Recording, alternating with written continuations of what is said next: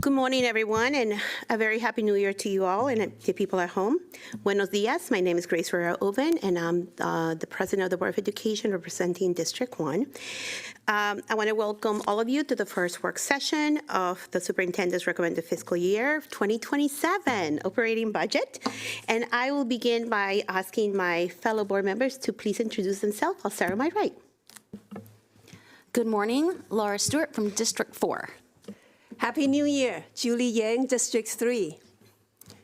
Good morning. Happy New Year. Brenda Wolf, District 5. Good morning. Anuva Malou, student member of the board. Thank you so much. So today's, I'm sorry. Oh, that's right. I forgot. Hey, ladies. Happy New Year. Go ahead, Rita, and then Natalie. Good morning, Rita Montoya at large, and my apologies for not being there today. I am home with the flu, so we'll be only joining things virtually all week. Okie dokie. Okay, here we go again.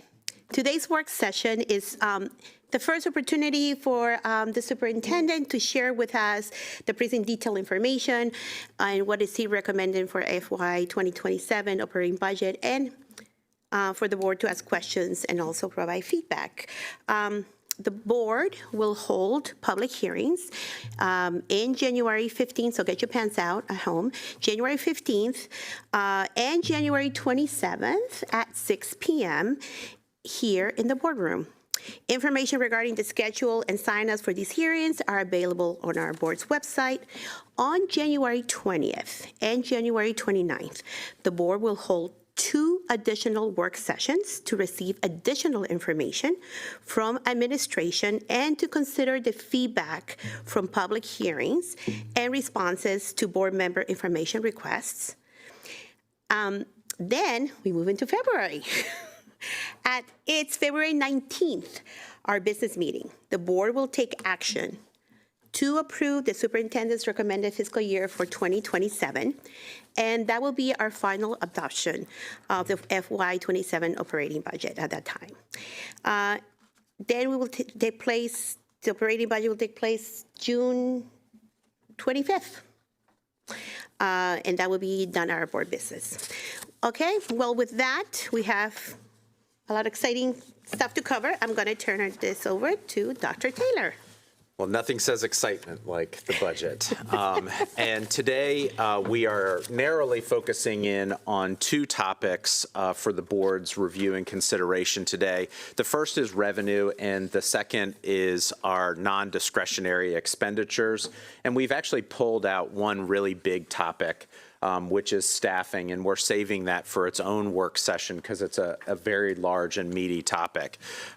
Without further ado, it's my pleasure to reintroduce you to someone who should look familiar to the board, Shannon Pattyfoot, who is the Director of Budget for the school system and formerly of the board office. And this is her first budget as our budget director, and joining her today is my Chief of Staff, and Essie McGuire. So we'll kick it to them to lead off today's conversation of revenues, reductions, and non-discretionary expenses. Thank you, Dr. Taylor, and good morning, board members. We want to start with a brief reminder that we are still eating vegetables in this budget. It is a salad budget, so we have a few elements to our recipe, as folks may remember from Dr. Taylor's presentation, that we are still eating vegetables, and that continues to be the theme as we focus on our fundamentals. And this year we are really looking in this budget to take those fundamental principles that we initiated last year with the current year budget and enhance them by really working towards accountability for our high expectations. We will continue to work to diversify while we support Team MCPS as we recruit and retain the best employees. As we know, only the best work here at MCPS. We are going to be structuring our supports for schools, and all the elements of the budget will align with the strategic plan. You will see that as a very consistent theme through today's presentation and the subsequent presentations. We really are working to align with the strategic plan that the board adopted earlier this year. And a huge part of that, of course, we want to be focused on instruction, leading us into our academic return on investment. We know that is the core of our mission. It is the core of all of our efforts and what we work towards. And we will, of course, continue to be closing those equity gaps. So we're really, again, taking that next step with our fundamentals, continuing to lay that foundational groundwork with the 27 recommendation as we initiated with the board's action on the FY26 budget. And we're sticking with our bold commitments of bringing all of our schools up to the 4 or more stars with of the Maryland report card and making good progress there. Our schools are making great progress. And of course, continuing to work towards ensuring that every student exits our system ready to take on what they need to take on in the next stages of their lives. So with that overview, we will jump into the key elements of the budget and begin with revenues. Revenues are, of course, the foundation of our budget that we put forward. What you see here is our summary of revenues and the change from year to year. It shows that the overall total increase in the budget is $179.7 million over the FY26. You'll also notice a couple of highlights. One, you see a red number next to federal revenues. That's an $8.6 million reduction in what we anticipate receiving from the federal government. I also would point out that the state number is relatively flat. We're projecting about 5.6 of an increase there. Of course, we will know more shortly in the next few weeks about what is actually going to happen in the state. But given the uncertainty and unpredictability at the state level as well as at other levels, we wanted to begin with a cautious assumption, and that we will reflect any changes that we learn of through the board's process.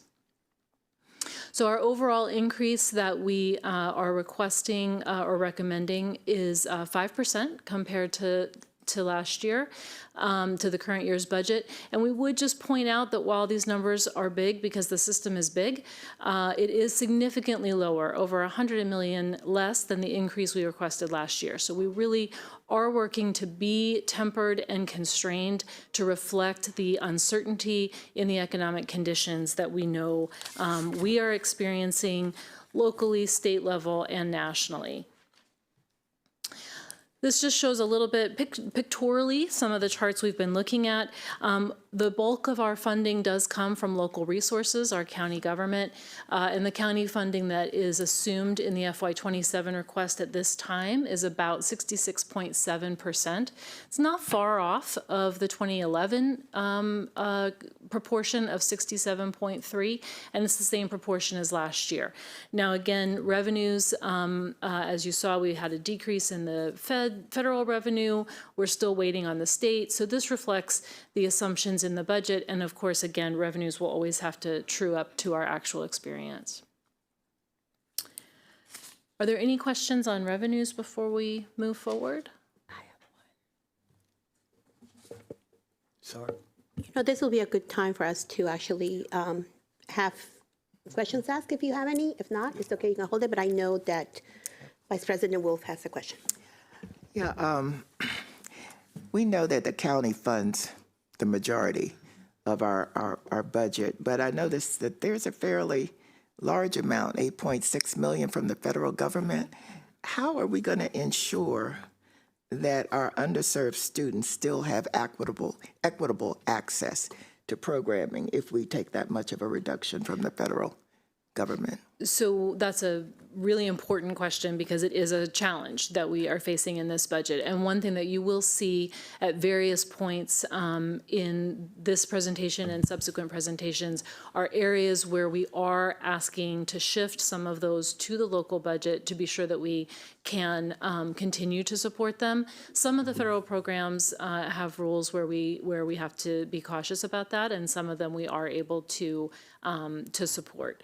So we'll look at that holistically as well as individually to each funding source.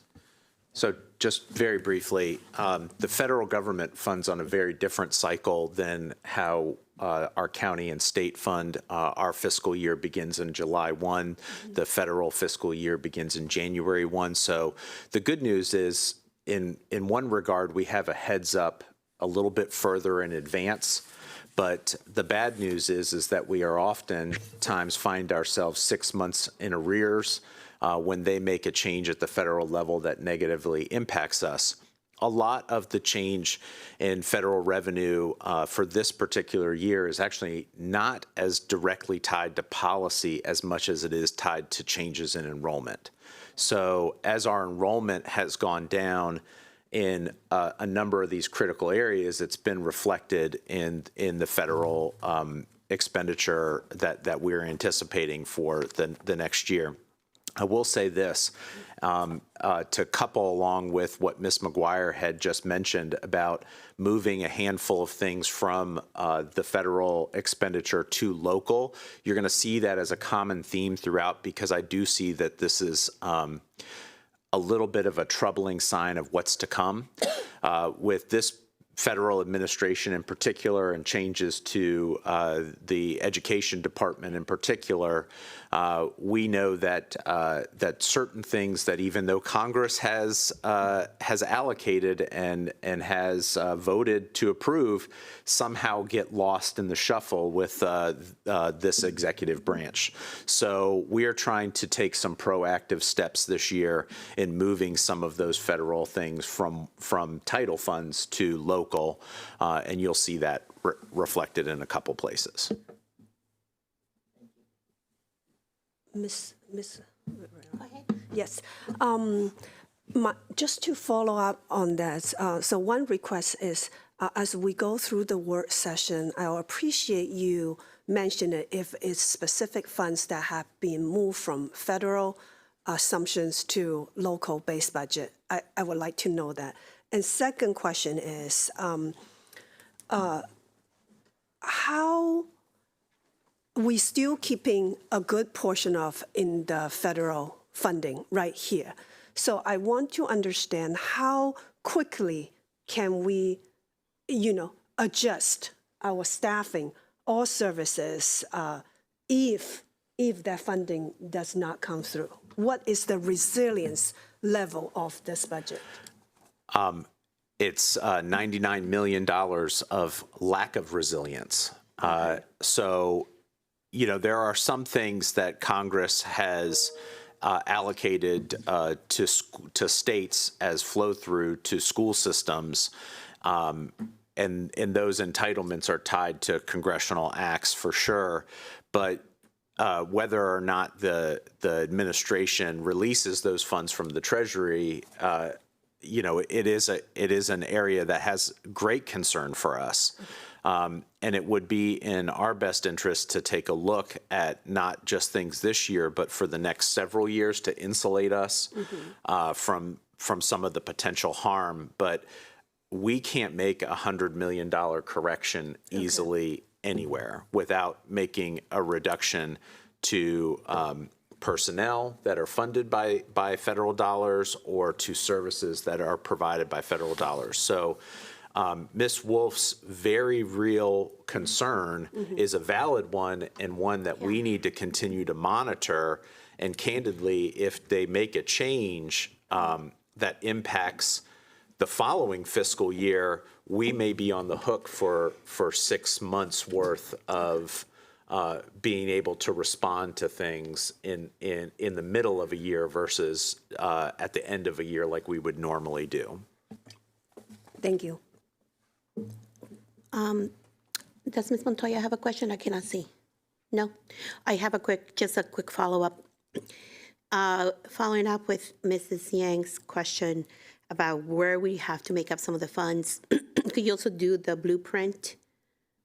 Okay. Yes, and actually, so we will take a deeper dive into Blueprint in our next work session with the board, and be able to go through those pieces a little more carefully, and we can, those will be highlighted next time. Okay, thank you, Ms. McGuire. All right, with that, let's move on. Thank you. So we'll move now to talk about changes to the base. We always start, of course, with a scrub of our base budget to really ensure that we are operating at the level of efficiency that we strive for. Dr. Taylor has instituted a zero-based budgeting approach where each year, each office is expected to really take that hard look at what would we need to do to build this budget up from zero, which is sort of what zero-based budgeting loosely refers to. And that helps us really analyze our expenditures to say what is it that we can do without. We also knew this year that we, with a declining enrollment, needed to really be cautious about our resources and about our resource allocation, and to ensure that central offices are, again, operating as efficiently as possible. In total, we were able to see a reduction of $11.5 million to central services and 50 positions reduced.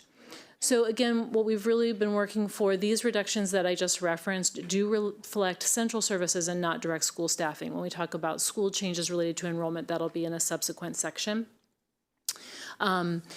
Part of what the reductions came from was a reduction in the number of cross-functional teams from 13 to 12, which really aligns with our 6-region model, and also, again, reflects our enrollment experience. And so we feel good about that restructuring.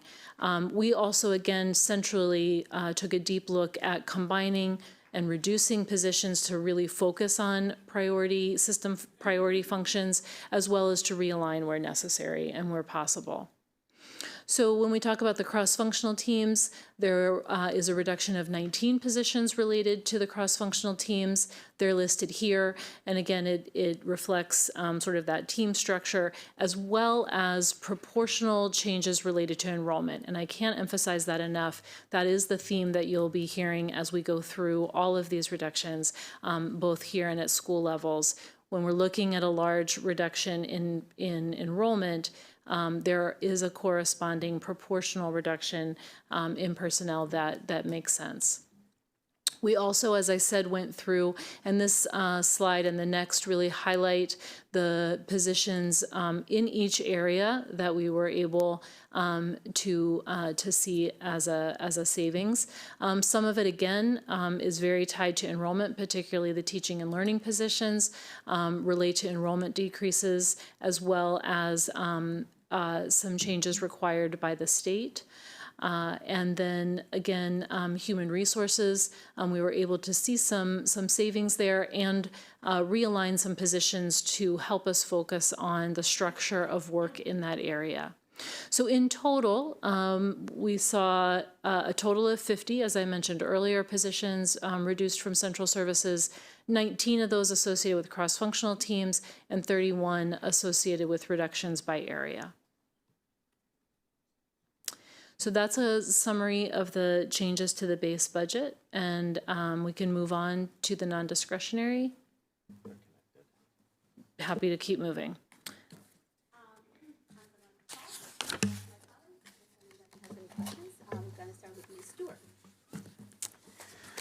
First of all, Sorry, I'm going to say that again. I was not on the mic. Ms. Stewart. thank you. So looking at the 19 positions, 10 of those are people, personnel, workers. I see some signs over there. I'm sorry, I can't read all of them because they're very small writing. So later I'll find out what the signs exactly say. But I'd like to know how these align with the cross-functional teams versus enrollment decrease. Can we dig into the PPWs? Yep, absolutely. So this is a position that when we were first bringing forward the cross-functional teams, this is a position where each team has a significant number, a large number. I think they range from 3 to 5. And so reducing one of the teams does reduce a number of PPWs associated with the reduction of a team. And then again, we are seeing a very significant enrollment decrease. This will be on a subsequent slide, but we are projecting a 5,000 student decrease from the FY26 budgeted projections to the FY27 budgeted projections. And so again, we had multiple PPWs on each team, and the reduction in enrollment, it's a proportionate reduction relative to, again, the reduction in students across the district and across all levels. So it was both the factor of eliminating a team, and then, again, there are some areas, including the PPWs as you're highlighting, where the reduction in enrollment, again, leads us to a reduction in staffing. Thank you for that answer. I'd like to know if there's services being provided, how we can continue to provide those services. And absolutely, and we can bring it back more detail, but I would just highlight that each cross-functional team will still have multiple PPWs. So no team will be reduced to one or certainly none. So there will still be multiple on each team, because we are fortunate to have a large number of PPWs in our system. And again, this is an approach in this moment. Thank you. Ms. Yang. Yes, thank you. One of the things, it's a request, but not for today, is I understand the cross-functional teams was a new way we are supporting schools starting last year. And in future, Dr. Edison is here. I want to understand that how are we evaluating its effectiveness, that to know that it is a better way to support our schools. And so that is not for the budget purposes, but for this year's evaluation purposes. Yeah, loosely, I'll say that a lot of it is tied to performance indicators. And probably the hardest one to pin down are probably the director who supervises the principal and the professional learning specialist, although the professional learning specialist has a role in supporting some of the other areas. But EML performance within the area of supervision is part of that evaluation. Literacy and math performance for the specialists that supervise those areas, definitely a part of that. Special education compliance, as well as special education academic performance, is a part of that. And of course, critical incidents for the security members. So percent staffing for the staffing coordinator, those are all metrics that are driving whether or not there has been a successful team or not. I appreciate the overview, and I think as a system, we really need to get used to that. Whenever we have a new initiative, we need to get on a regular, continuous evaluation and to see whether it's working and where area of refinements that we can do, right? So definitely interested to see this as an ongoing evaluation, first year, third year, as we move forward. Now, for the budget purposes, I have a question about the reduction in the human resources and talent management area. It says FTE 10, and in the notes area, it says reduction of 1 director. Just help me understand that line item. Yes, so there is one director that had been added to the budget, wasn't filled, and we are again going to take that as one efficiency. So that's one of the 10. Some of the other positions there are related to a change in the structure and number of the staffing complement in HRTM. And so, did you? Yeah, I'll just add that this is one half of the equation. Right. The other half of the equation is in the non-discretionary expenditures and discretionary expenditures where they may be adding back some of those positions. Right, Okay. and so it's a combination of it. So that one director is for sure a savings. With this other reduction, it is a combination of a reduction of number, but also a restructuring. So we are adding back some positions that will focus more on the transaction and system work of the staffing work to really help focus on that and help bring. That should help speed up some of our processing and really help move that work more smoothly and allow people to focus on different aspects of the work.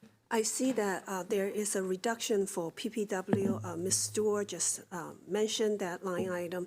Are they, and is there any reduction for our parent community coordinators? They have a new names now. It's Family Engagement Specialist.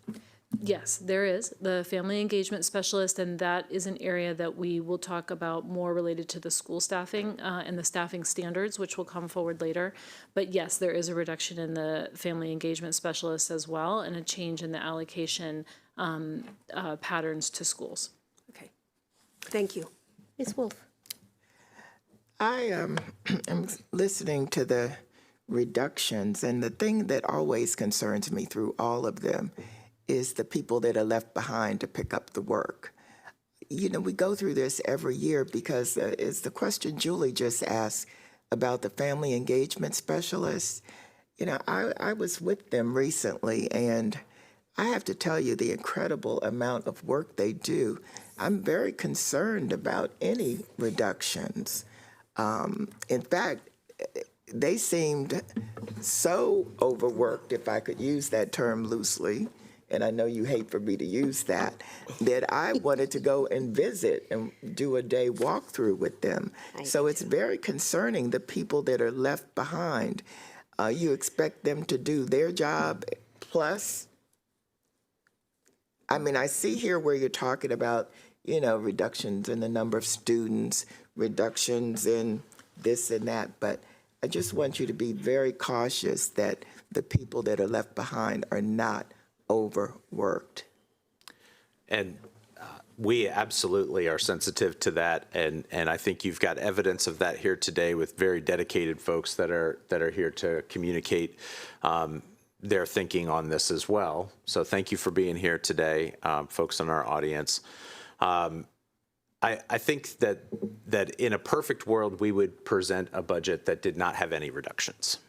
And truthfully, it would be our objective to do that every year, that we would find ways to find that right perfect mix of how we can leverage the resources that we have. Unfortunately, this is not a perfect world. We are very resource constrained, and that we do have to evaluate everything from a holistic view as well as down to the granular level. And I think that you're exposing a really critical weakness of ours as a system, and something that we have an opportunity to fix in the next several years, because it will take several years for us to address this, is what are the appropriate workloads and appropriate staffing guidelines that would drive staffing every single position in the district? And that includes central office positions, that includes clerical and paraprofessional positions, bus drivers, classroom teachers, administrators, because right now, to be very candid, it's very loosey-goosey, and it's not set in stone as to the rationale that drives how we staff our positions. A lot of our staffing decisions were made based on an available pot of money at the time that they were created, not necessarily based on a metric that's driving that work. And so I think that the experience that you are hearing from our very dedicated workforce and our very dedicated team is a very real experience in terms of their workload. And I think that will help inform us in the future in terms of like, what is that right balance and what does make the most sense, and how do we counterbalance that with the fiscal responsibility of trying to create a balanced budget too? Well, I want to thank you for that, because we go through this every year thinking about the burden that's left on the employees that remain. And it's never clear to me how we decided that. So I'd be very interested in having that discussion. I'm going to ask my question now, and then I'll go to you, Ms. Yang. So I like to echo a few things as well, not to be repetitive, but, and I'll focus a little bit on the family engagement specialist, since I have known that position from day one when Dr. Vance was actually superintendent. So this is going much before you. 30 years. I think even before Mrs. Zimmerman, to be quite honest, 30-some years. So I'm just going to do a little, just so people understand why this position was created. The first original family engagement specialist was the wonderful Teresa Wright. And that was at a time when we had such a great need to ensure that our parents were connected to our school system and how the school system worked and ticked, and that they felt welcomed. Many of you know, I'm originally an ESOL student. I'm an immigrant, and the first one in my family to be able to graduate and go on to college and so on. So navigating the system in the early 80s was not an easy thing. And as the population grew with more immigration from Laos and Vietnam and Central America, mainly in this area, there was a huge need to ensure that we were connecting with our families. But it was not just connecting, it was building trust with our families, which takes years to do. And I can tell you from my background and my work and my current background, trust, especially today, is not an easy thing to do. There's many factors where our families are feeling under siege and that they are feeling fearful of even applying for farms when they can, when they're qualified. So for me, a family engagement specialist is a lifeline between the community that we serve and our students and our teachers and our principals. So although I totally understand that we are in very hardship times of budgeting and that we should cut across the board, I am very leery about cutting certain positions that we have built on for decades to ensure that we have that trust of the community. And there are certain areas in this county where the families are feeling that distrust and fear. So I really, really would like to have a broader conversation, as Ms. Yang said, about the effectiveness, about the workload. We have more McKinney-Vento students than we have had ever in the last decade. These are students that need a special focus, a special concern, special love, a special TLC. We have more students with special education needs. We have more special education needs who are EML more than ever. So family engagement specialists are very vital in those roles to support all the infrastructure of our school system. It's kind of like the oxygen in the blood, in my opinion. So I just, would like us to just, I'm interested to know, what is the workload for PPWs? What is the workload for a counselor? What is the workload for for a family specialist, right? And I hope that we get to do that for the sake of ensuring that we keep that communication line open for our students and our parents. As much as I know these are tough times, there's just certain positions that we need to be very careful about cutting, because honestly, I can tell you, the folks that I work with who are family engagement specialists and my other hat during my full-time day are a lifeline for these families to be able to get services, from rental assistance to SNAP to emergency cash assistance and so many other things that our family are hurting day to day. So with that, if anybody, I'm going to go to Ms. Yang, and then I'm going to go to Ms. Stewart. Right. To be additive, not repetitive, I urge the system, when you look at staff reduction, we serve a very diverse community. Staff members that not only know the school system, but have ties to community and also have the language abilities. That's talent that's hard to come by. So during this process, I want us to be very mindful of how we approach it, so that we retain the talent that that can best serve our population. And my question is related to me taking a picture of the signs. I was able to read one of them, and so it brought up a question before we move on. One of the signs from our PPWs says that PPWs are school-based. So how is this a central office efficiency? And so before the cross-functional teams, I was under the impression that PPWs were school-based. So I guess, could you explain that? Certainly, and so I can see that we do have individuals who are budgeted centrally, but who work in schools. And I think the PPWs are in that category. Social workers are in that, well, social workers actually, I'm sorry, are in the schools. So, but the reference here is the cross-functional teams are budgeted centrally because they are not assigned, for example, to an individual principal and an individual school site. So that is the key difference here.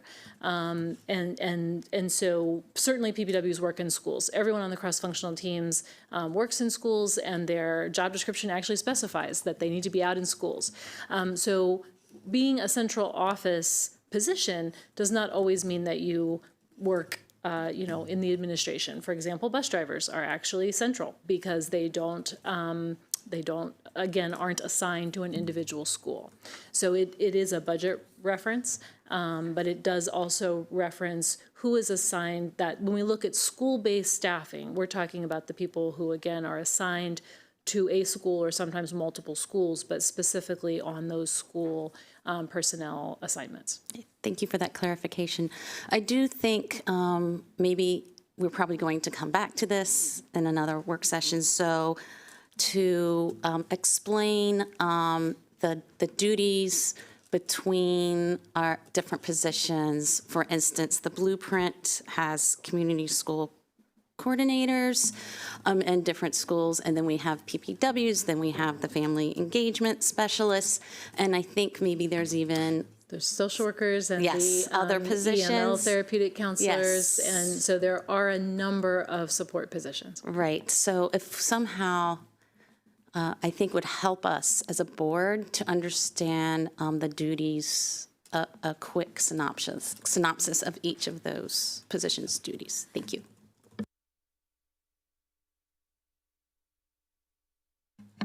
Okay, thank you. I will move on to the non-discretionary portion of the budget, and this is a large section, but it will conclude our presentation. We again are grouping the budget into areas of non-discretionary, meaning things that we have to do by law, by policy, by virtue of keeping the lights on, like paying our utility bills. So we will just cover a couple of these areas in broad strokes, and then Ms. Patty Foote will walk through some of the details. First, when we talk about non-discretionary, we have to talk about compensation and benefits because we are a system of people. Everything we do, as we've been discussing, is people doing it, and we rely very heavily on all of our staff to again carry out the mission. Nearly 90% of our budget supports our staff, and of the requested increase that we are asking for in FY27, 78% of that relates directly to salary and benefits. Compensation, we are in the second year of a negotiated 2-year contract, so the second year looks a lot like the first year, and $189 million is required for the salary and step increases. We would point out that these, again, this is the second year, and the negotiated agreements are very much in line with our county government colleagues, working to stay sort of, again, in that ballpark. When it comes to lapse and turnover, this is the amount that we assume for savings related to the time that positions are vacant. We know that we are not fully 100% staffed across the system every minute of every day, and so we do need to assume a percent of savings. Our budget assumes $70 million in savings. That's not a change from FY26, and in fact, that savings assumption is higher than we would like. It is something that in in coming years. We want to work to align it more carefully with actuals, but in order to do that, we need to add money to the budget going forward over the coming years. So it's something that we watch very carefully. It's something that we will manage to, but just want to highlight that this is something we want to address in future year budgets. Benefits, of course, is a significant and ongoing concern and important expenditure of the system. The budget recommends $40 million as a contribution to stabilize the employee benefits plan. As the board is unfortunately aware, we do continue to struggle with the health of that plan. We are continuing to work in partnership with our associations, who of course came to the table last year and continue in this dialogue with us. We are all in this together. And there's a long-standing assumption, this goes back many, many years, where the county contributes a portion of the OPEB trust, which is other post-employment benefits. It's a future accounting trust, so that we can have that support for our ongoing retiree health benefits. Even with all of that said, this is a conversation that, again, we'll need to continue with our county partners. And we'll need to continue to invest in coming years as well. When we talk about the pension, we do have sort of a good news, bad news, interesting phenomenon with the pension shift from the state. The pension shift, this is the shift of the state pension costs that the state previously had paid, that the state is now assigning to local education agencies and governments. We still have what I will refer to as the old state pension shift. That's still in our base budget. In the last year, the state also shifted an additional portion of the budget, of the pension shift to locals. And we had put that in the MCPS budget because that's what people were assuming, but the state actually would like that to come from local government. So you do see this shift of $20 million, and it relates again to this dynamic with the state requirement. Summing all of that up, what you see is that with the pluses and the minuses, we have a total increase to the budget of salary and benefits net of nearly $140 million. All right, before you move on, Ms. McGuire, I'm going to take this moment to chime in. This number should be much, much higher. And I'll tell you why. Not necessarily at the general wage and benefit increase, because those are negotiated dollars with our associations, but to actually fix the benefits fund repair, we could have easily added $100 million to the $40 million listed here today to set us on a path to correct this issue. It's significant. Something else to be very mindful of are two negative numbers. The 70 million in lapse and turnover very realistically should be 35 million, not 70 million. We could have cut that in half, which would have added an additional 35 million to this number, which would have effectively doubled the dollar figure that you see right here just on those two items. But to make matters worse, I would even make it even more significant than that, because the pension shift that goes from our books to the county books, that money has to come from somewhere. And that money does come from our county coffers, which is also funding 2/3 of our budget. And so that is even a more significant dollar figure. So realistically, this could be upwards of $300 million just on setting salary and benefits straight without any of the other considerations in this budget. And this is really the lowest figure that we possibly could derive, and candidly, not recommended. We're putting it forward in this budget to stay as fiscally responsible in tough economic times, but this is not the path forward to a healthy financial standing for the school system. Those issues are not going away. They do need to be corrected, and it's not going to be corrected anytime soon if we continue to operate at this snail's pace.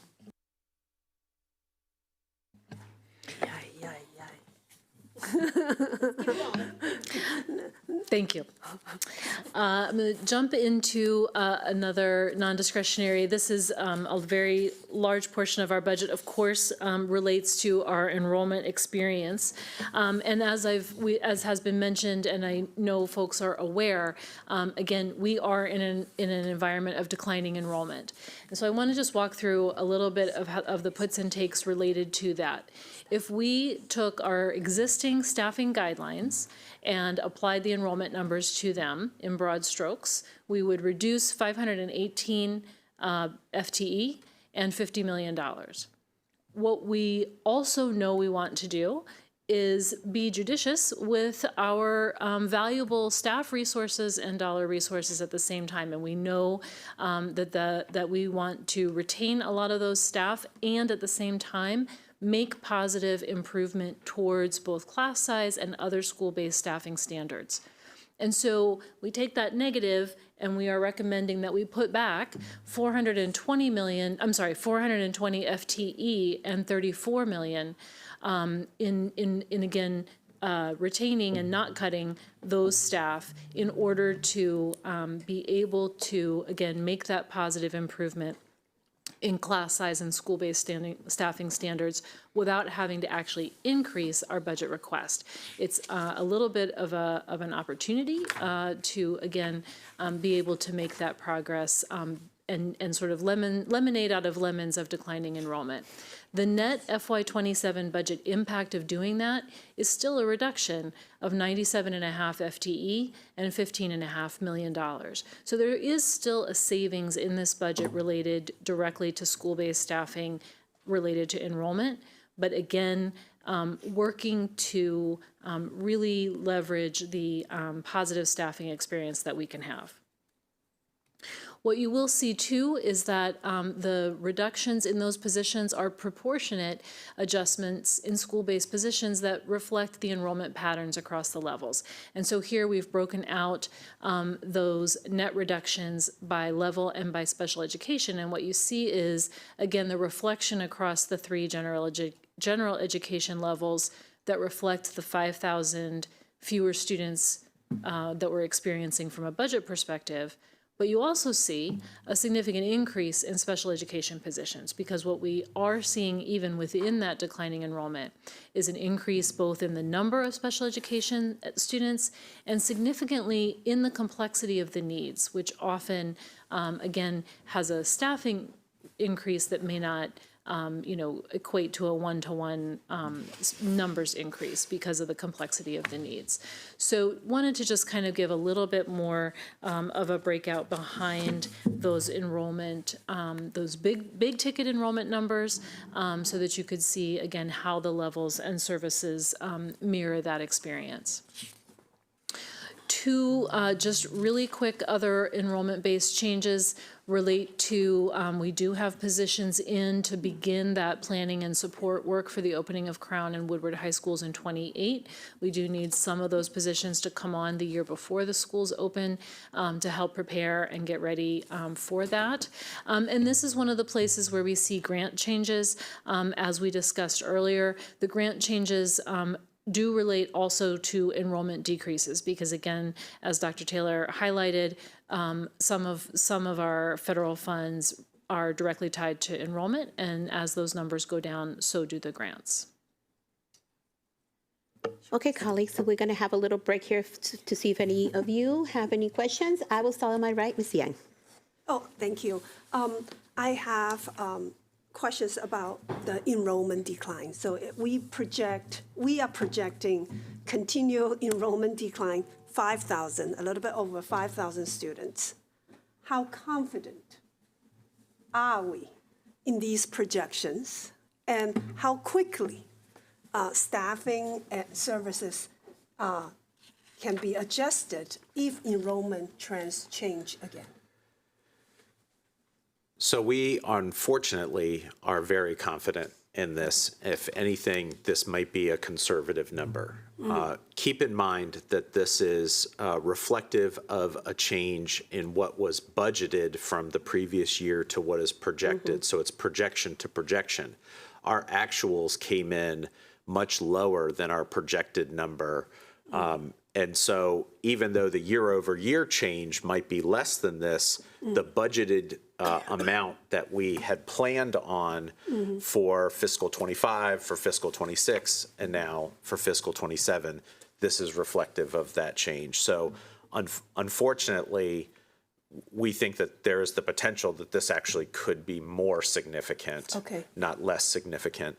And in terms of modifications and adjustments, it depends on how significant that swing is. We think that in collaboration with planning, that we're right at the right range. But every year we have surprises, an extra kindergarten classroom, 2 fewer kindergarten classrooms, an extra 3rd grade classroom that we have to adjust for in the fall with shifts in enrollments.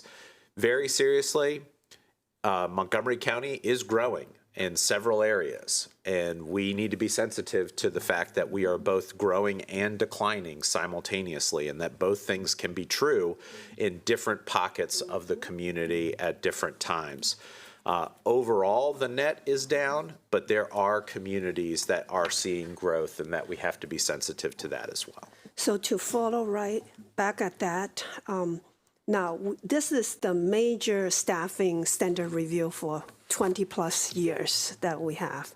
And I support, because it has been, in my view, long overdue. That go back to my theme, that if we are going to implement something new, what outcomes will we use to evaluate whether this is, a working, class size, services, student outcomes? So it's not a conversation for today, but I would like to see it if we have this implemented, that we have a regular ongoing conversation about its effectiveness. Okay. Thank you. Thanks, Ms. Young. I'm going to go to Ms. Montoya.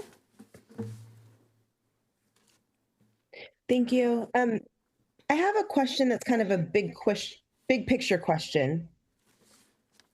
Because each year we have proposed reductions in some fashion or another for a variety of reasons, which makes sense. But then at the end of each year, we also ultimately come back and say, well, we had this much money left over because we didn't actually spend as much as we needed here or there, and it ends up adding up to tens of millions of dollars. And so I'm just wondering, and this is not to minimize the efforts of the folks making these projections, because I know it's a projection, it's unpredictable by its nature. But is there a way to somehow tighten that up in such that maybe we don't need to make so many reductions in spaces, or maybe just operationally that wouldn't be sound either?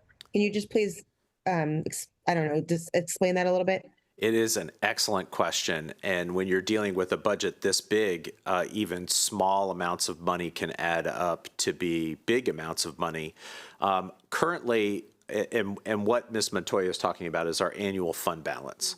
Our fund balance is less than 1% at the end of the year. Our target fund balance should be 1.5% to be more fiscally stable than we are right now. And the reason for that is we also need to have cash flows to pay our bills in a timely manner to make sure that we make payroll.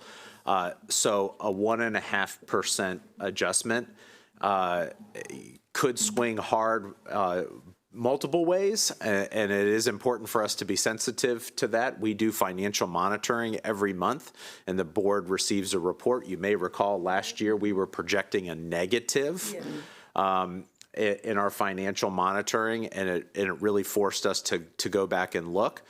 We should never be projecting a negative. But to Ms. Montoya's point, we may budget $500 for an item or $5,000 for an item, and the cost of the item is $4,950. And what do you do with those $50 savings? A lot of that does end up as part of our lapse and turnover, as part of that, kind of anticipated overage expense. And I would say that we are dangerously close to cutting it too close, as we are right now. A better target for us would be to be about at a finish with a fund balance at about 1.5%, not less than 1%. which is where we are right now, which is less than 1%. That is the board's money.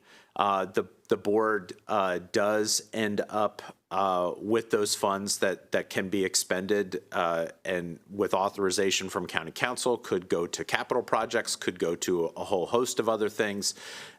It's not necessarily extra, but it is really hard to gauge a year in advance as you're creating your financial spending plan what the actual dollars are going to come in at. To be specific, one of the internal controls that we put in this past year was we prevented overspending in sub-accounts, meaning that you needed authorization to do that. That actually was not a financial practice that we had before, but the reality is that this routinely happens because there are tens of thousands of sub-accounts within our school system, and that some things you may budget for $5,000, but it really comes in at $5,010 or $5,100. And so you do have to have some allowances for some of those adjustments. We have unfortunately cut it really close for a really long period of time, and we're probably as tightly budgeted as we probably can be. If anything, my best advice to the board is to look for opportunities to increase your lapse and turnover and increase your fund balance, not go the other direction. Okay, so technically we could, but that wouldn't necessarily be the best choice because we need that bit of cushion to, like you said, pay bills.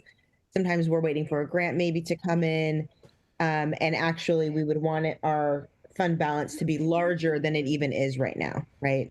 Well, I think that this is a particularly good-looking board, and I got to tell you, none of us would look good in orange jumpsuits, and we are prohibited from overspending.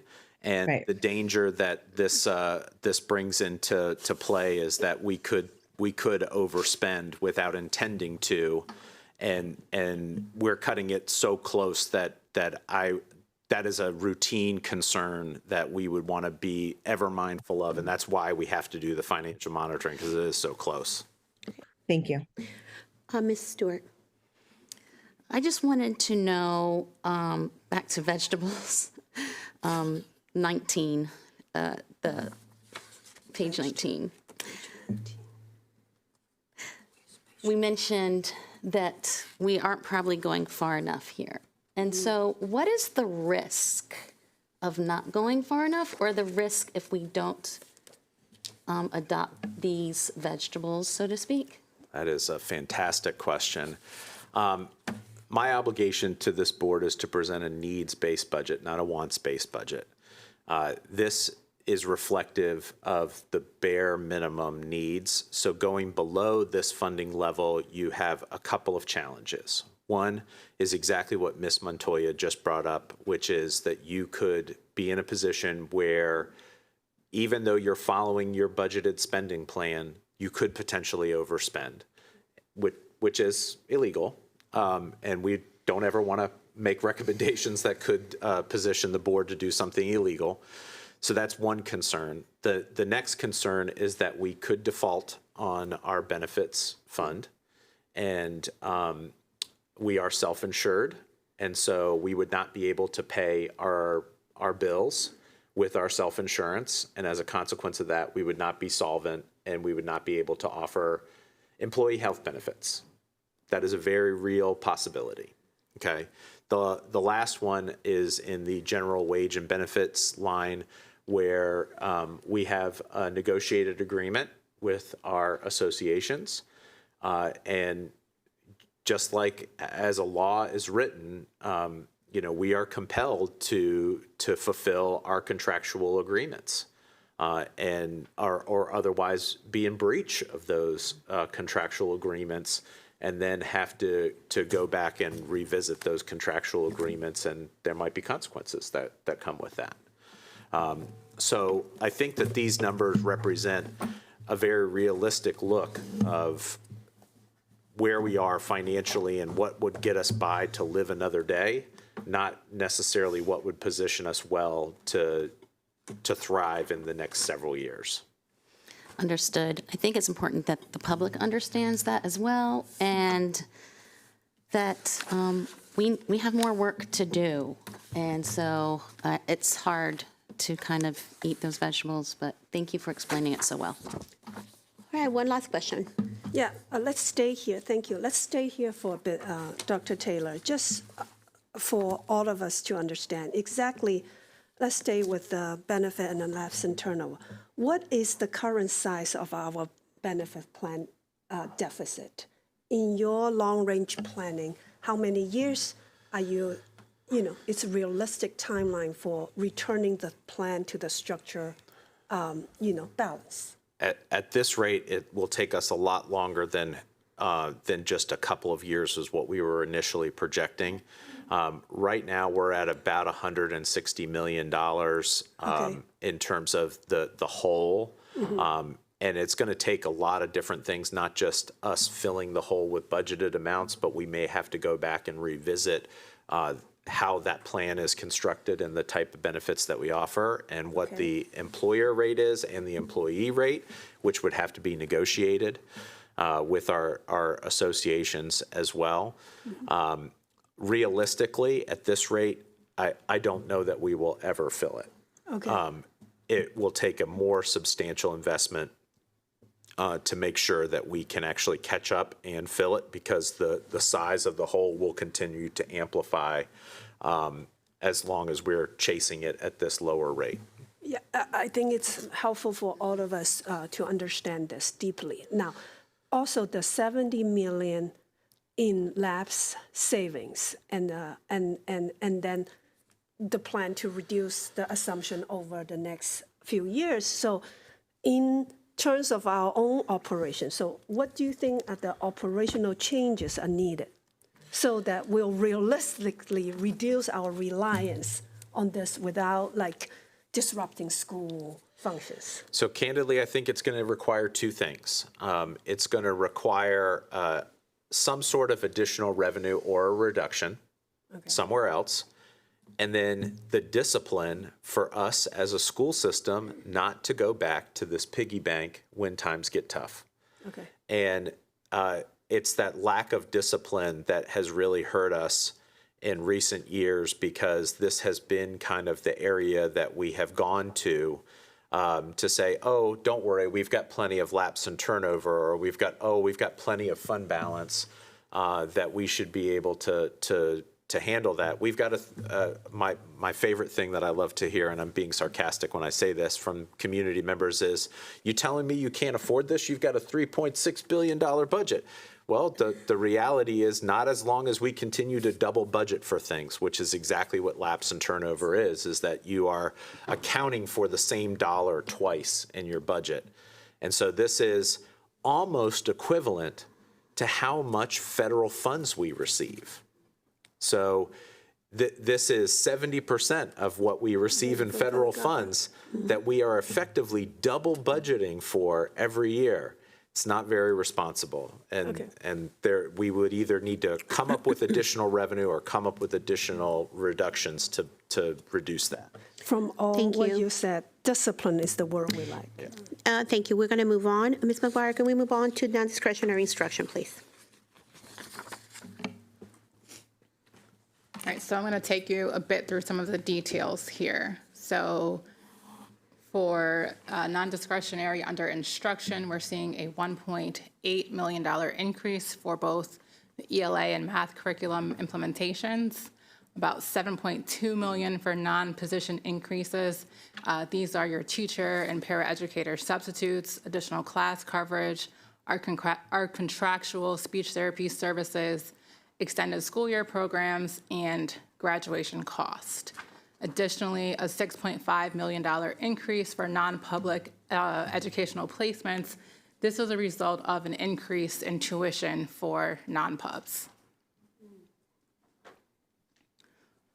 For school leadership and improvement, we're seeing about 3.2 FTEs, or about 2.2. This is a projected revenue reduction to the Title I grant.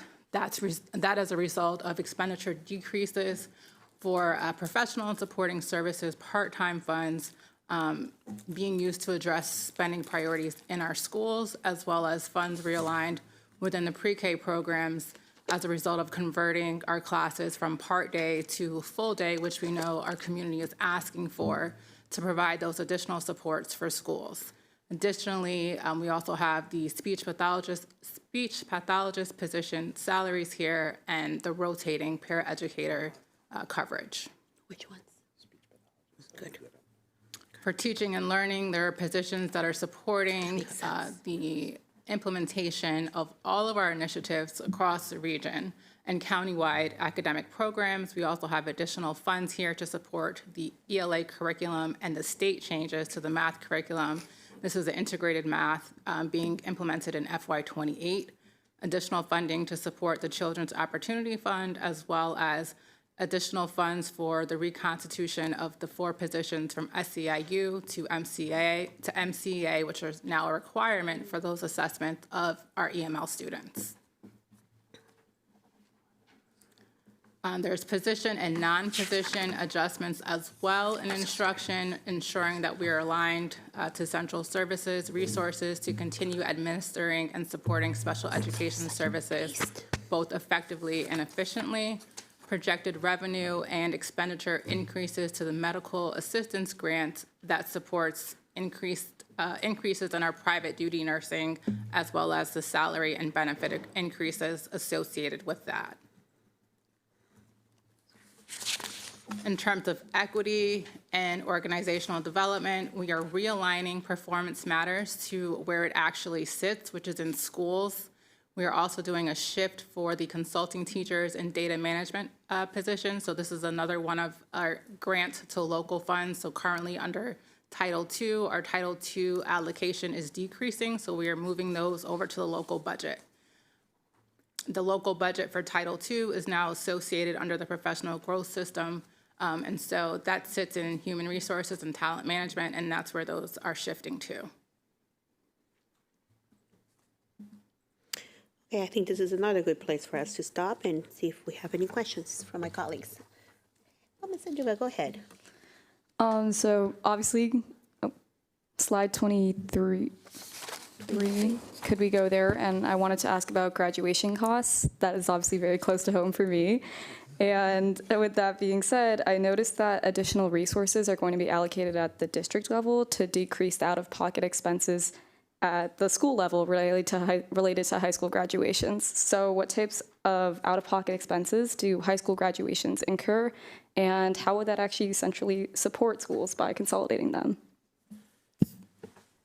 Total cost, it's a reduction because we had separate contracts for separate schools to use separate facilities, and putting everything in one contract actually created a little bit of a savings for us. This is something that is funded out of school-based materials accounts. We didn't feel like that was appropriate. We felt like the schools needed to have the money in their accounts to actually use for students and student activities and materials and supplies, and that if we had the expectation that high schools were going to graduate students, that we should probably take a central role in financing that and having some quality assurance and covered as well. One of the challenges that we've observed, and I think each of the board members can reflect on this as well, is that there's often a variance in terms of what each high school graduation provides. And some of the extra things, niceties, flowers, programs, there's a wide variance.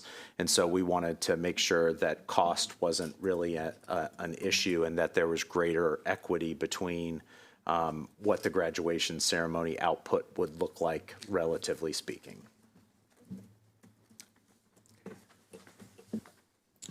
Okay, anybody else? I had my. Ms. Wills? I actually had the same question about graduation costs. I was just trying to understand why they were located where they were. So I think you answered that. But I do want to make a point that you just made, that the graduations are not consistent, how they appear to people, particularly at some of our special needs schools and our alternative schools. So I would like to see that fixed if you could do that. And certainly something that we hear because we offer a myriad of programs that we often have parents that have children that attend different high schools, and they have a wildly different experience at one high school graduation versus another high school graduation. We feel like we can level the playing field a lot more significantly. Good to hear. I'm going to go to Ms. Montoya. Thank you. I just want to elevate the comments about equity in graduation ceremonies. I appreciate those, especially by Ms. Wolf. But my questions are a little bit more focused on, for example, math or non-public placements. I do have 3, so I don't know if you want me to give you all 3 or go one by one. Just go for it. Okay. I'm wondering why we don't have math specialists in each school.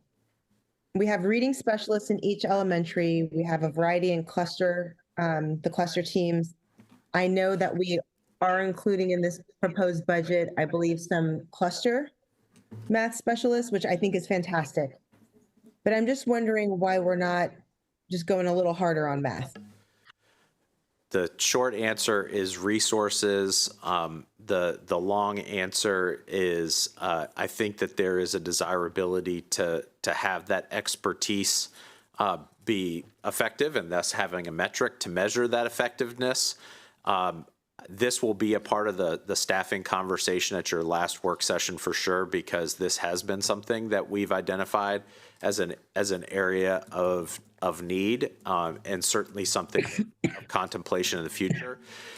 I will say that different than reading specialists, there is not a set methodology that has universally been endorsed as an approach like science of reading has on the literacy side, where there's a strategy that is consistently implementable across a wide and deep scope. So, there are some challenges. Doesn't mean don't do it, but there are definitely some challenges that are probably worth it for us to think through before we go in that direction. But I think we do want to go in that direction. Okay, because I do get really concerned when I see our testing scores, when I hear from families. I have my own experiences with my own children, also as a parent who constantly looks at the math like, how is it that they want you to do this? So we just haven't seemed to really bridge that gap between home and school. And so it just seems like the kids aren't necessarily getting what they need. And I know we're working through a plan and there's new standards coming down that we have to work through also. And again, I'm happy to see that we're making a start in this budget, but I just would like to, I think, see a little more energy behind it, if it's possible. My next question has to do with non-public placements.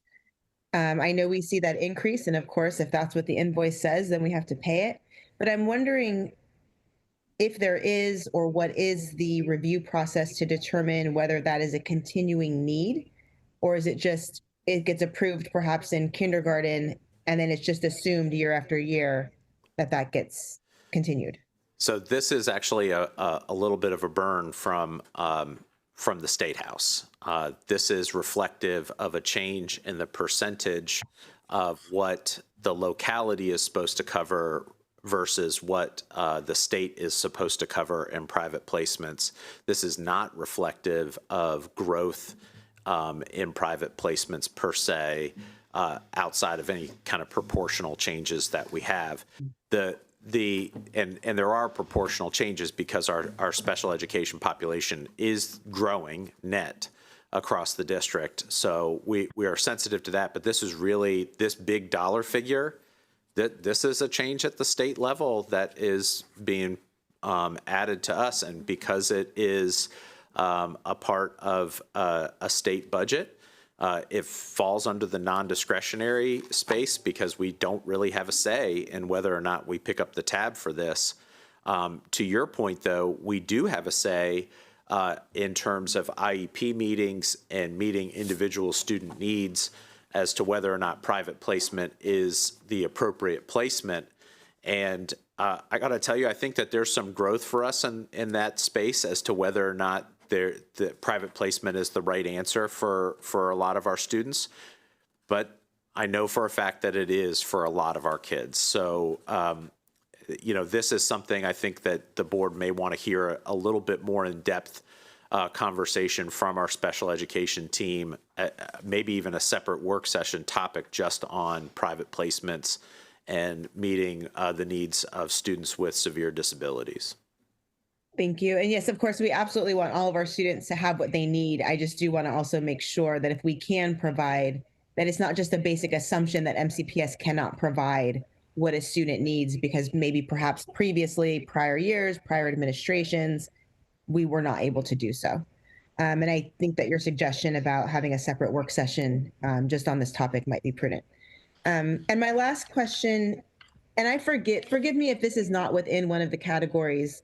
It's a little tricky to know when to talk about a category, a line on the budget or not, but we have some money in there for non-MCPS or outside, like third-party contracts for speech, occupational therapy, and physical therapy. Now, I know there's a shortage across the nation for these services. It could be whether you have private insurance, et cetera. I'm just wondering if we've explored decreasing MCPS employee caseloads or increasing pay to try to attract folks as employees rather than contracting out. So short answer, yes. Longer answer, this is, as you pointed out, Ms. Montoya, an area where there is a national shortage and it is a challenging area for us. We absolutely would like to bring folks in-house and continue to work on that. We do, though, of course, have to balance that with the need to provide the services. So that is something that we are continuing to look at. I don't really have a great short answer for you now, other than it is something that, again, we want to take a hard look at what we can do to improve it, understanding that we are also just in a market challenge. So I'm going to add one quick piece to that. We are exploring what it might look like to make adjustments to the speech language pathologist position and contract length. That is something that we would have to go to our associations and negotiate. To make a significant change, it would have a budget implication. The real rub here is that no matter what, we're going to provide the service. Mm-hmm. The most optimal way for us to provide the service is face-to-face, in person, with an individual Correct. That works for MCPS. We get the best outcomes with that. But when we don't have that, we haven't abdicated that responsibility to provide that service, and we have to provide that service. So this is accounting for that as well. But to your point, we see the impetus, and it's a real call for us to work with our association partners to revisit this, to see what even working conditions might look like that we could change in terms of extra responsibilities and other things that we could be modifying to make the speech language pathologist role a little bit more attractive so that we are fully staffed. And that's what I'm looking towards. I hear from our community, whether it's families who need these services, folks who forgo them from the school system because it's just going to take too long to get it in place, or some of our employees themselves who are working maybe at 3 different schools. So every day they're basically somewhere else, which makes it really challenging for them to really show up fully for our kids, and they want to. So anything that we can do, I think, to make this a more attractive position so that our students can receive what they need and that our employees don't have caseloads that are unmanageable, I think would be always appropriate. But of course, yes, we have to contract out when we can't. Thank you. Thank you. Ms. Stewart.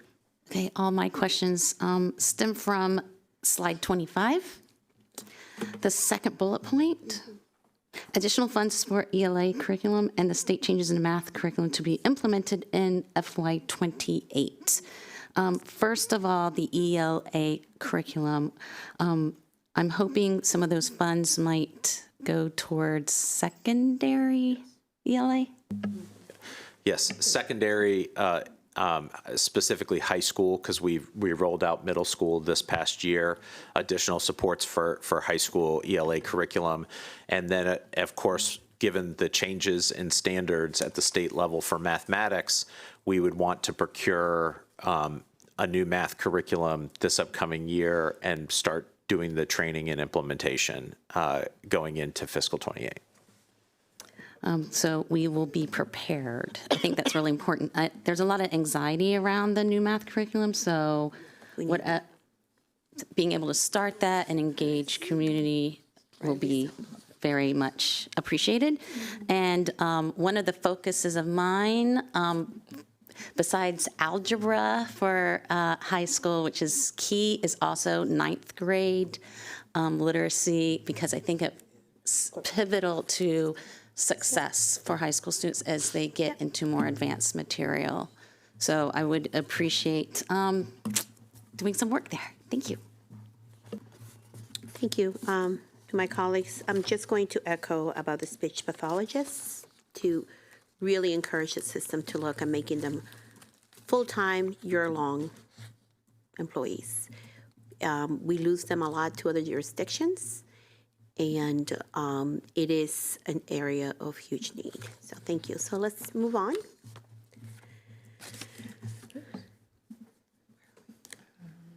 Sorry, there we are. Moving on to operations, we're looking at a $10 million increase and about 16 additional FTEs to support facilities, transportation, food services, and safety. This includes $3.8 million in utilities for an increase. We continue to see increases in utilities, as well as $1.9 million to meet new fire code regulations. We're also seeing a slight decrease in fuel, so that's accounting for $1.1 million there. $9.2 million and 38 FTEs for all of finance, HR, and technology. This is including positions and funding to support the HCM or Hub Plus. We're in year 2 of that now.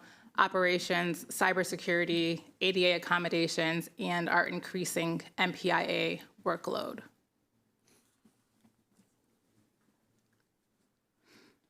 More grant shifts here. We're seeing a Stronger Connections grant, which is a part of Title IV, ending in June 26. So we are shifting those positions over to our local budget and supporting the training and use of platforms such as Parent Square and Synergy.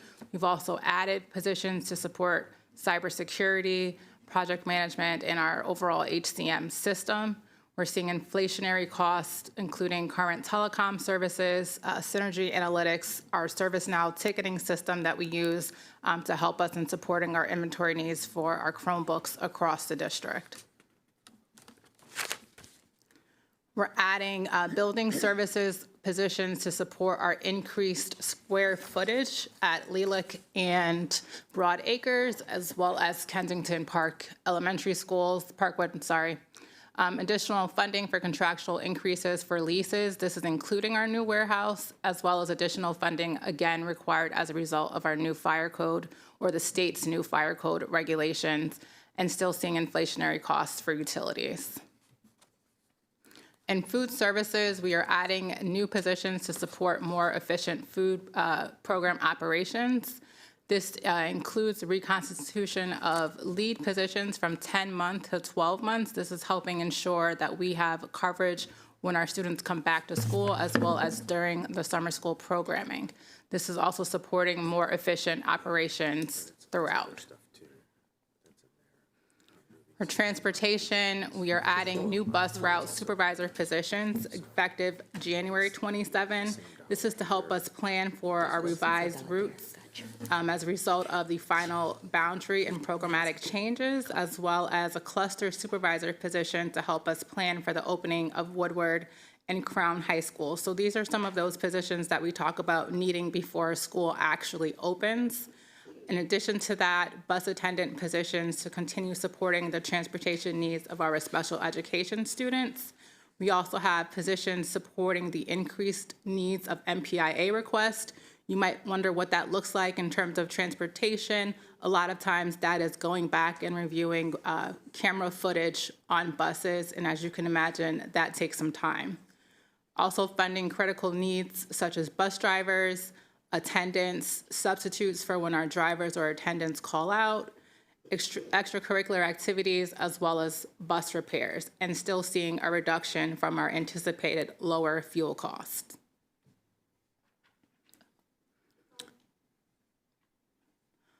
In terms of human resources, positions to support labor relations, as well as our HCM system implementation and maintenance.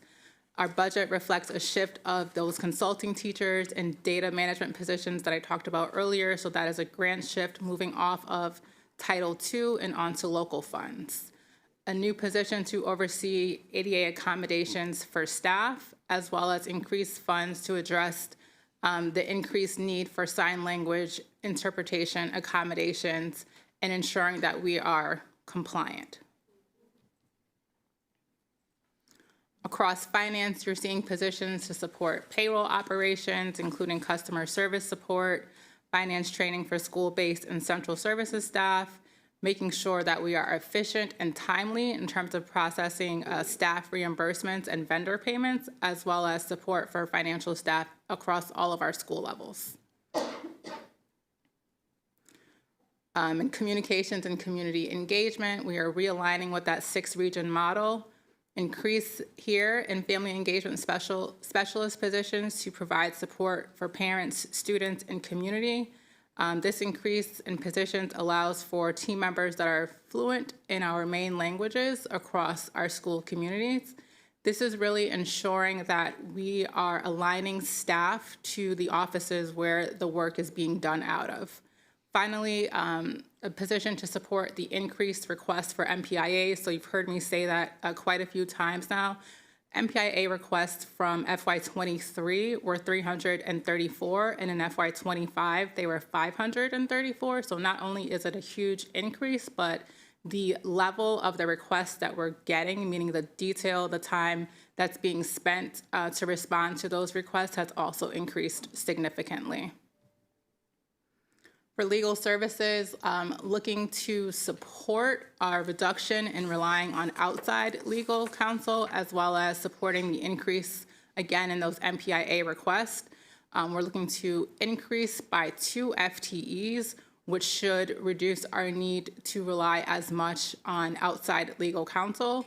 In addition to that, there are funds for staff to complete their continued legal education requirements as required by the Maryland State Bar, and to remain current with case law and legislation for K-12 schools. This is a Pause great, there for yeah, questions. this is a great place to stop. And what I would say, as you're using your budget decoder ring here, is to match up reductions that we had from the base to increases that are aligned to some of our departments. And a good example here is we're at the legal services slide. We showed actually a reduction in a supervisor position for legal services in the base budget, but looking ahead, we're realigning a lot of those services through an add. So it's actually a net change of 1 position, not a net change of 2 positions. So one of the things that we're striving to do with a lot of our budget documents is to show our work. We've heard that from our community a number of times, that they want us to show our work. And so it looks a little messy because we have to show the credits and the debits, but it is really both of those 2 things together that paints the clearer picture so that our community can see what we're taking away and what we're adding and where we end up, and the end result is really what our goal is to create a more complete picture of where we are financially, not just one viewpoint, and to show you a net number and say, here's our net number. We really want to show you both sides of that. Okay. Thank you, Dr. Taylor. Ms. Stewart. I'd like to highlight some of the ads. So on slide 32, bus attendant positions to support the transportation needs of special education students. Is that an actual ad or just a transfer? It is actually an actual ad because even though we are declining in enrollment, we are adding special education students. So consequently, there's a proportional ad to account for that.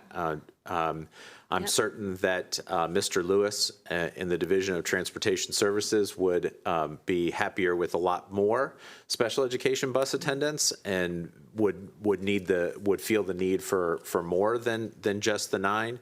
But given the economic conditions, we added a very parsimonious number that aligns to our current guidelines. So until we change those guidelines, we're offering a change that reflects just the bare minimum based on what we are seeing in enrollment projection.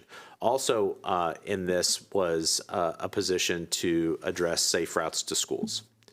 And we've had a number of pedestrian collisions this year that have led to loss of life as well as injury. And that's something that no community should have to endure.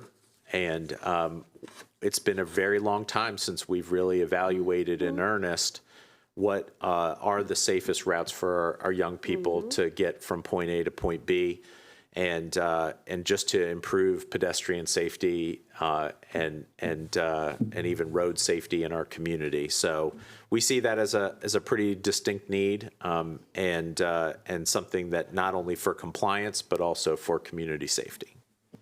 We didn't really highlight in the last section the addition of the special education teachers, but that is extremely important to this board, and that we have that support also on the buses is important. So I do think at some point to look at if that is staffed appropriately. You mentioned, we're doing that in several positions, so I would like to see that come next to take a look.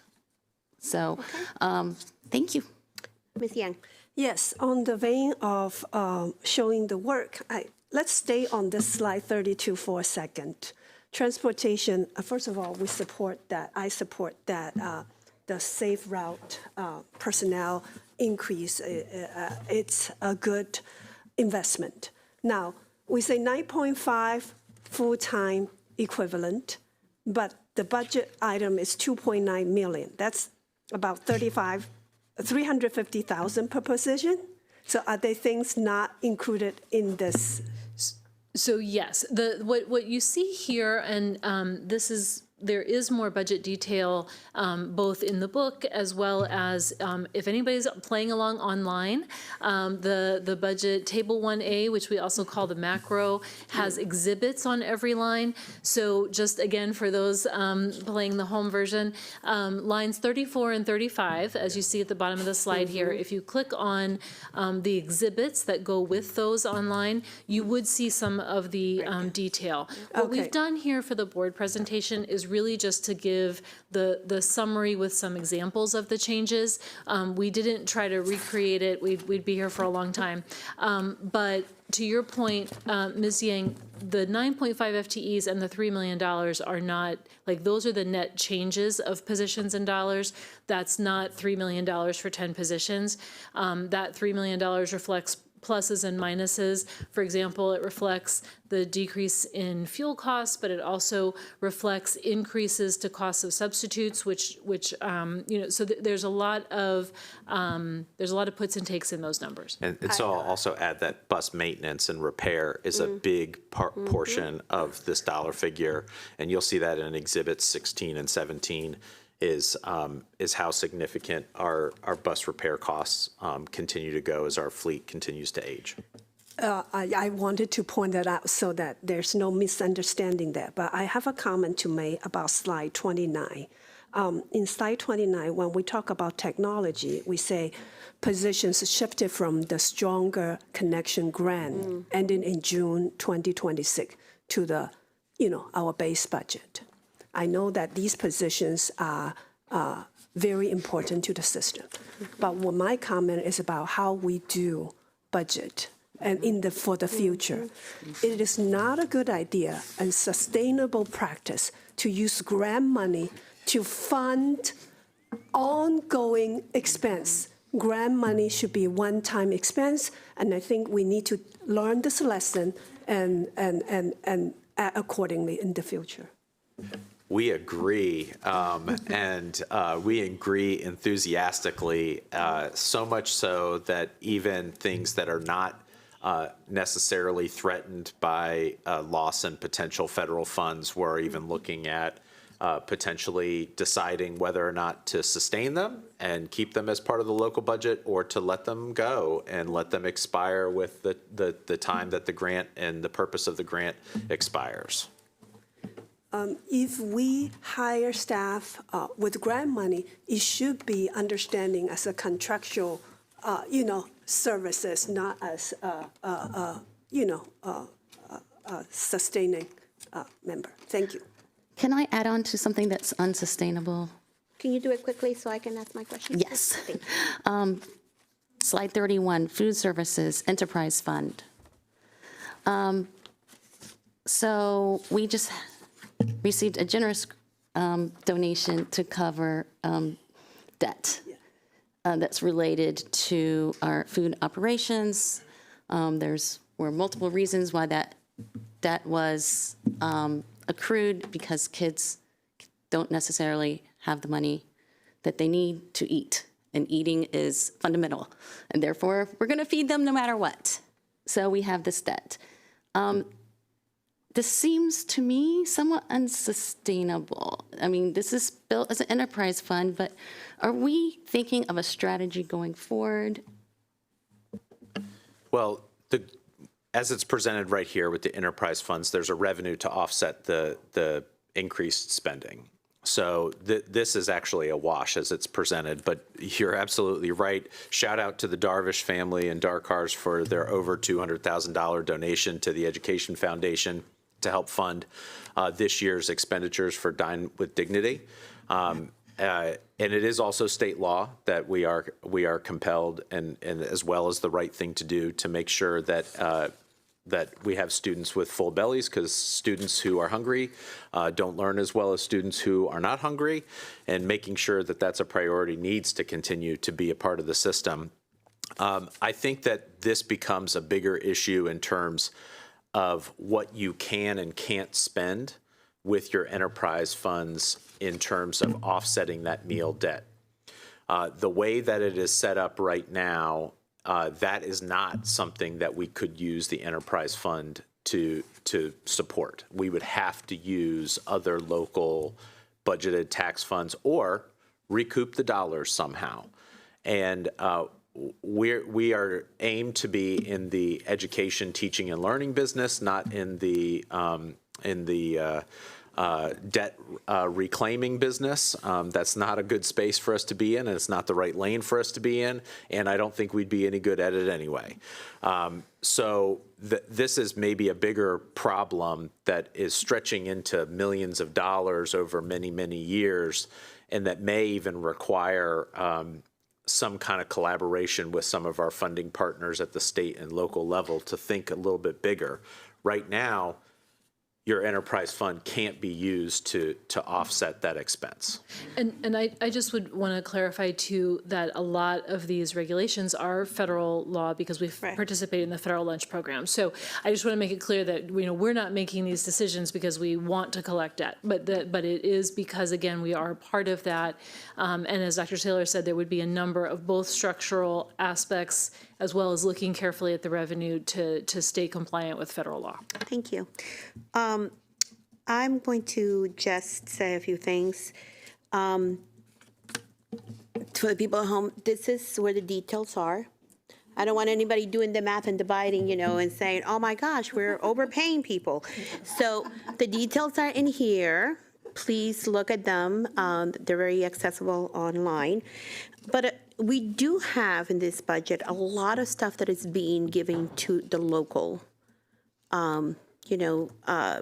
the fire code, the Title I, there is, I know you gave us an idea of how much that is going to be our responsibility, in a sense that we need to come up with. And a lot of these things are things we have no control over, that we have to provide and we have to do. I just want Dr. Taylor to very quickly, there were a couple of things him and I were talking on the sides here. The food enterprise that I'm really happy to see that we're actually making a shift with some of those positions.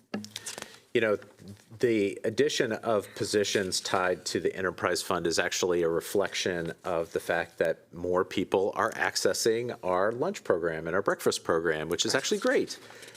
Because as there is the additional work that's generated from additional meals being prepared and sold, that does generate a revenue that is then offset to afford those positions. It's one of the few things in our budget that is offset by a direct revenue, and that is one of the things that's a little bit different than other budget elements that we have.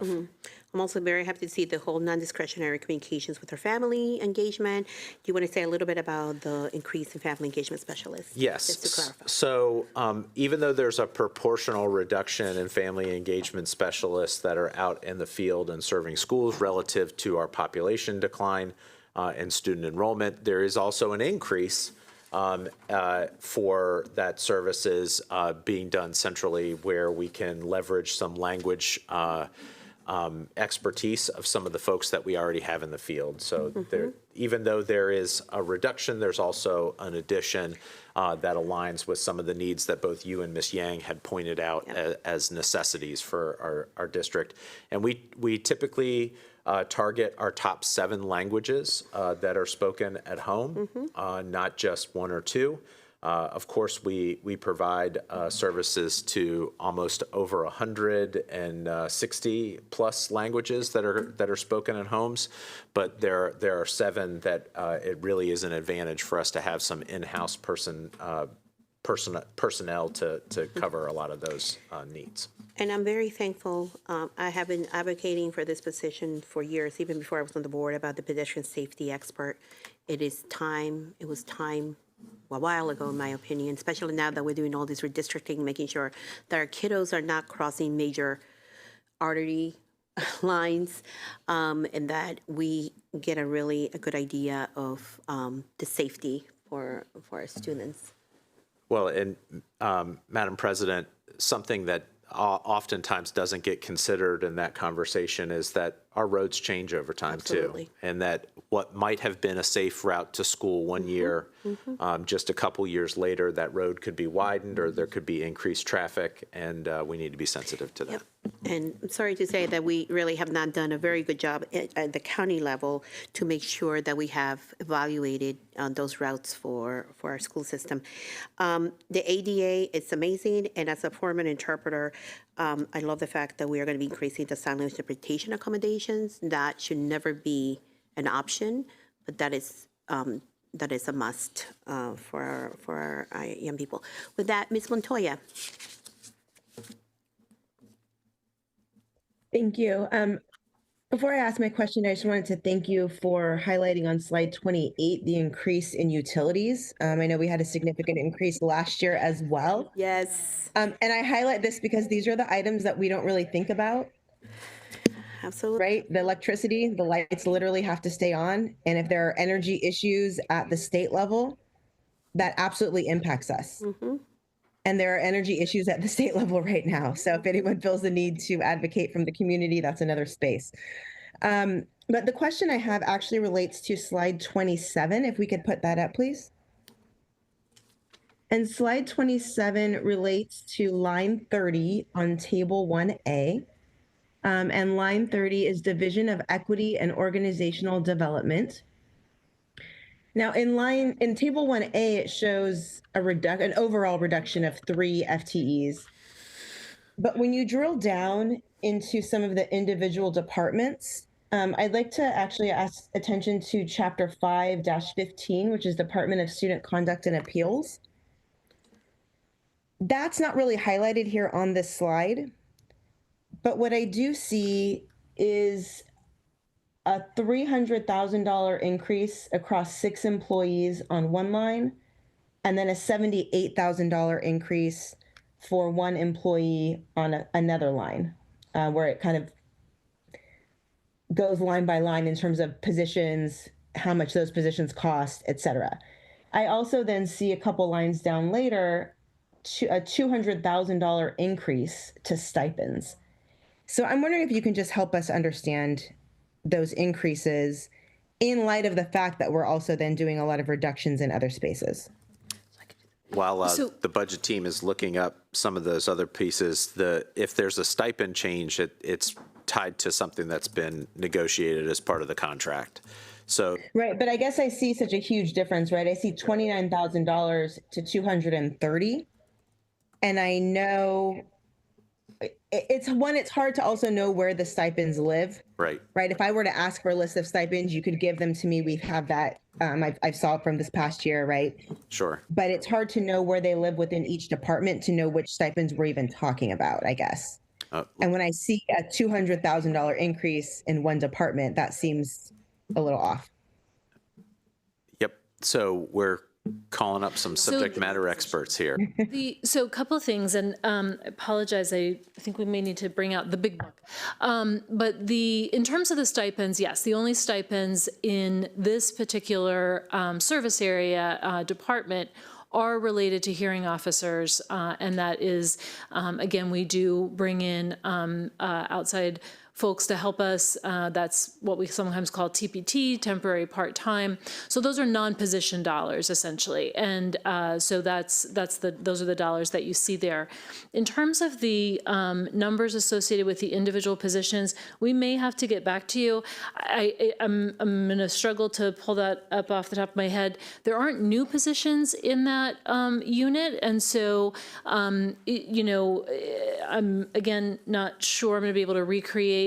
I'm going to have to look up the specifics of what you're asking for. I apologize, but I can say there are not new positions in that area, and so You can always it could get back. be You can always get back to us with that information. yeah. Right. It would seem like we're looking at a $50,000 salary increase for 6 individuals and a $78,000 increase for one individual. And again, And so, again, just in light of reductions, in light of other employees who have maxed out their steps, perhaps, those just seem like significant increases.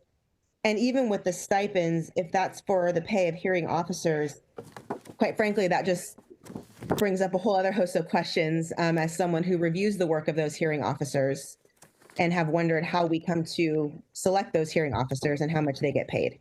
so, and we can certainly talk more generally about the hearing officer process, but I can say that it's been a longstanding practice of the district to have a combination of in-house staff and individuals that come back, because the hearing, in part because the number of hearings and the cadence of hearings does fluctuate throughout the year, and there are ebbs and flows with that. All right, so while Ms. McGuire is actually looking this up, because I actually don't feel like this should wait for another board work session. Thank you, Dr. Taylor. I do want to put this to bed at least a little bit and say that we're not doing sizable increases to one individual or two individuals' salaries. That's actually not how any of this works. We have a very transparent process of following pre-negotiated salary scales and steps, and a process that has to be followed with that. So our viewing public can rest assured that singular individuals don't get huge pay increases as a result of a budget line. But as they're looking it up, hopefully we can get to the bottom of giving you a better answer. And that's why I wanted to ask, because when you just look at the lines, Yeah. you can see how it might seem like what's going on in student conduct and appeals. So I'm sorry, and Ms. Montoya, you're referencing the table on page 515, is Correct. that? Yes. That's your, okay. And so keep in mind as well, I do see what you're saying, but this is, this really reflects the puts and takes of a budgeting process. And so this table is a summary table that has that 77,000 that you're seeing as the FY27 change. While you're right, there's only one of that type of position. It reflects the overall net change to the 26 budget to the 27 budget, which includes everything from benefits and It includes everything from benefits and the compensation changes one year to it from another. It includes, there's just a lot of variables there. This is also one where, the position was vacant for a period of time, and we did have an individual come in. So there were some pieces there that it's not one individual who went from salary X to salary Y. It reflects the puts and takes of changes in that office. We also restructured that office last year. So it's not really an apples to apples comparison. And I do appreciate what you're saying, but this summary table is a net that reflects a lot of differences that happened in the office over that time. Yeah, and But there is another line for insurance and employee benefits. And in other tables, you will see that there are monies in those spaces. So it sounds like what you're saying is next year there will be an employee in that position who makes $197,000. And that there were $50,000 increases for 6 employees in the line above. If not, I'm just trying to understand because that's what's in the table. Yeah, and they'll absolutely drill down and get that to you, but it also may reflect budgeted to actuals. So what you may have had budgeted may have been at a lower dollar figure versus the actuals of who the incumbent was that filled that position after it was a vacated position that was budgeted. But isn't that the FY26 current? So the current are the actuals, but again, Could be. it is a combination of things. Just again, thinking about this office, there were changes in the personnel. There also were changes related to the fact that there was a vacancy for a period of time. So the actuals would be off by that as well. And there's a $300,000 change for the 6 individuals, I think, unless right. So which is about $50,000. Again, it's the puts and takes of a lot of pieces. It also does reflect a reorganization of that office during the year. Can I ask a favor? Because I really don't want to debate this back and forth because you have the questions. I talked to Dr. Taylor. You guys will get us a breakdown specifically of everything. But it is a little confusing when you're looking at it because it was confusing to me. So if it's confusing to me, it's going to be confusing to the public. So we need to do our diligence to ensure that things don't look, because here we are, cutting, certain positions, and then it looks in paper that we're adding, $90,000 to one individual. So you know what I mean? That just is not a good look. I appreciate though the explanation. Some of it went right over my head because I'm not, woo-hoo. But I do appreciate it. But we have asked for a breakdown, and it's on the record. So we will get that next time because this is not the last time. This is the first time we're meeting on the budget. So with that, I'm going to close down this meeting. Oh, Ms.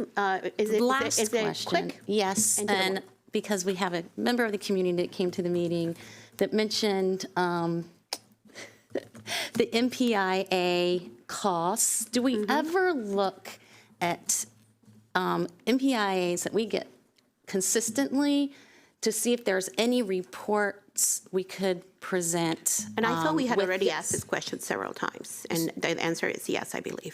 The answer is yes. Okay. We absolutely, if it's something that either we get a lot or frankly just something that we think we should put and compile, we're happy to do that publicly. We've done that in a number of cases. I think part of what you're seeing in this increase in PIA is we are seeing an increase in essentially legal requests. And so that is obviously not something that we would post. Correct. Okay, thank you.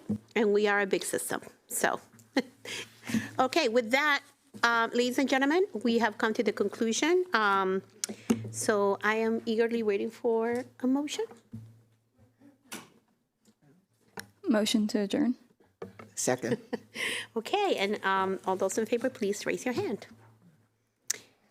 Thank you all very much for the people at home watching, and I wish you a very happy new year, and I will see you next time. Don't keep us in suspense, Mob.